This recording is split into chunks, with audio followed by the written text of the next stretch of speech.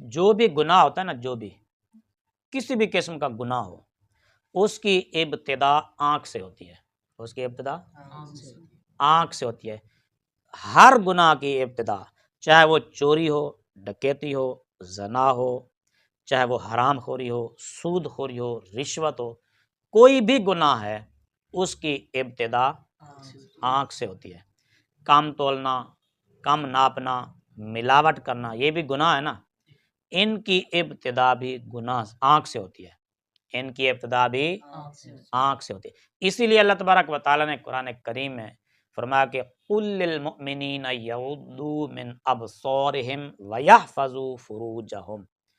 اے پیارے حبیب صلی اللہ علیہ وآلہ وسلم، آپ ایمان والوں سے فرما دیجئے کہ اپنی نگاہوں کو نیچا رکھیں، نگاہوں کو جھکا کے رکھیں، اور اپنی شرم گاہوں کی حفاظت کریں۔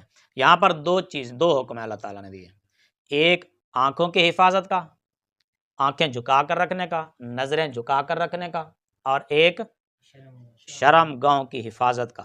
اچھا، پہلے کون سا حکم دیا ہے؟ آنکھوں کی حفاظت کا۔ آنکھوں کی حفاظت کا حکم پہلے ہے، شرم گاہوں کی حفاظت کا حکم بعد میں ہے۔ نظریں جھکا کر رکھنے کا حکم پہلے دیا، شرم گاہوں کی حفاظت کا حکم بعد میں دیا، کیونکہ جو شرم گاہ سے جو گناہ ہوتا ہے وہ اس وقت تک نہیں ہوتا جب تک آنکھ دیکھتی نہیں ہے، جب تک آنکھ دیکھتی نہیں ہے اس وقت تک بندہ شرم گاہ سے پریکٹیکلی عملی طور پر گناہ کر ہی نہیں سکتا۔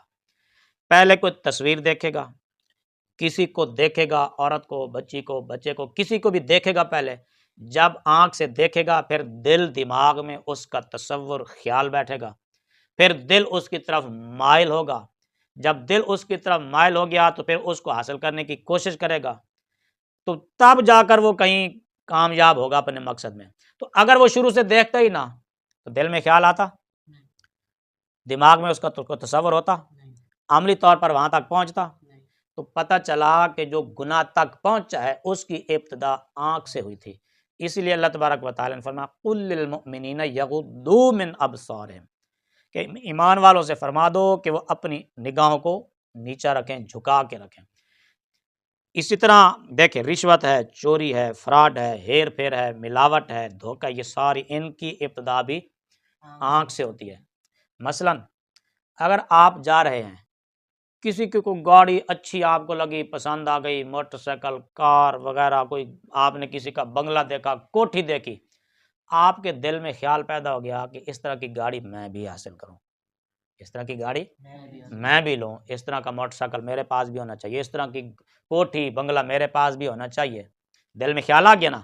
اچھا، یہ خیال آیا کیوں ہے؟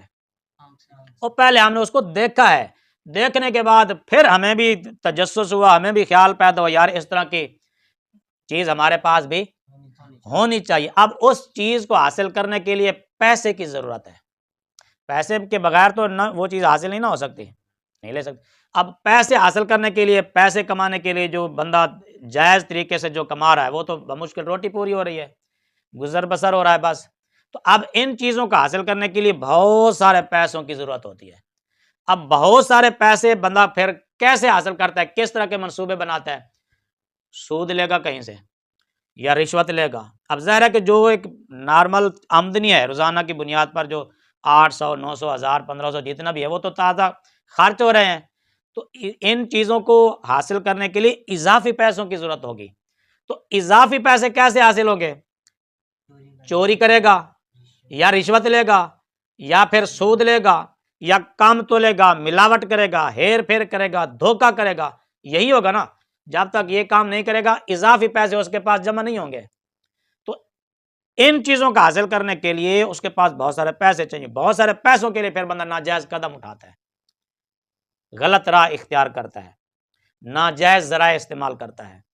تو اب یہ سود وغیرہ، یہ ناجائز ذرائع کیوں استعمال کیے؟ اس نے وہ چیز دیکھی تھی کسی کی، پھر دل میں خواہش پیدا ہوئی، پھر اس کو حاصل کرنے کی کوشش کی۔ اگر وہ چیز دیکھتا ہی نہ سرے سے تو اس کے دل میں یہ خواہش پیدا ہوتی کہ میرے پاس بھی اس طرح کی چیز ہونی چاہیے، نہیں۔ تو پتہ چلا کہ ہر گناہ کی ابتدا آنکھ سے ہوتی ہے، اسی لیے اللہ تبارک و تعالیٰ نے شرم گاہوں کی حفاظت سے بھی پہلے آنکھوں کی حفاظت کا حکم دیا ہے۔ اس لیے انسان کو دل، دماغ، تصور، خیال ہر وقت پاک رکھنا چاہیے۔ عورتوں کی طرف، لڑکیوں کی طرف، بے ریش لڑکوں کی طرف نہیں دیکھنا چاہیے۔ موبائل ہاتھ میں ہوتا ہے، بسا اوقات وہ آ جاتے ہیں ویڈیو، تصویریں ہر قسم کی، تو ان سے بھی بچنا چاہیے۔ ان کو دیکھنا بھی اسی طرح گناہ ہے جس طرح کہ ایک اوریجنل چیز کو دیکھا جائے۔ عورتوں کے فوٹو ہوں، بچیوں کے فوٹو ہوں، لڑکیوں کے فوٹو ہوں، لڑکوں کے فوٹو ہوں، بے ریش لڑکوں کے، ان فوٹوؤں کو، تصویروں کو، ویڈیوز کو دیکھنا بھی اسی طرح ناجائز اور گناہ ہے جس طرح اس اوریجنل بندے کو دیکھنا اور گناہ ہے۔ آپ یہ پسند کرو گے کہ کوئی بندہ تمہاری ماں بہن کو دیکھے؟ فوٹو دیکھ لے، چلو فوٹو، اپنی ماں بہن کا فوٹو کسی کو دکھانا پسند کرو گے؟ نہیں نا پسند کرتے بھئی۔ کوئی بندہ، کوئی مسلمان غیرت مند یہ کبھی بھی پسند نہیں کرتا کہ اس کی ماں بہن کا فوٹو کوئی دوسرا بندہ دیکھے، اور دکھانا پسند بھی نہیں کرتا کہ اگر اس کے اندر غیرت ہوگی تو پتہ چلا کہ جو بندہ خود کسی کو وہ چیز دکھانا پسند نہیں کرتا تو پھر اس کے لیے دوسروں کی وہی چیز دیکھنا بھی ناجائز ہے، دوسروں کی چیز بھی۔ اس لیے نبی پاک صلی اللہ تعالیٰ علیہ وآلہ وسلم نے فرمایا کامل مسلمان وہ ہے جو دوسروں کے لیے وہ چیز پسند کرے جو اپنے لیے پسند کرتا ہے۔ کوئی بندہ اپنے لیے یہ پسند کرتا ہے کہ اس کی ماں بہن کو کوئی بندہ دیکھے؟ نہیں نا پسند کرتا، پھر دوسروں کی ماں بہن کو کیوں دیکھتے ہیں؟ اچھا کوئی بندہ یہ پسند کرتا ہے کہ اس کی ماں بہن کی ویڈیو کوئی دوسرا بندہ دیکھے، فوٹو دیکھے، تصویریں دیکھے، اس کے گھر سے جھانک کر دیکھے، کوئی پسند کرتا ہے؟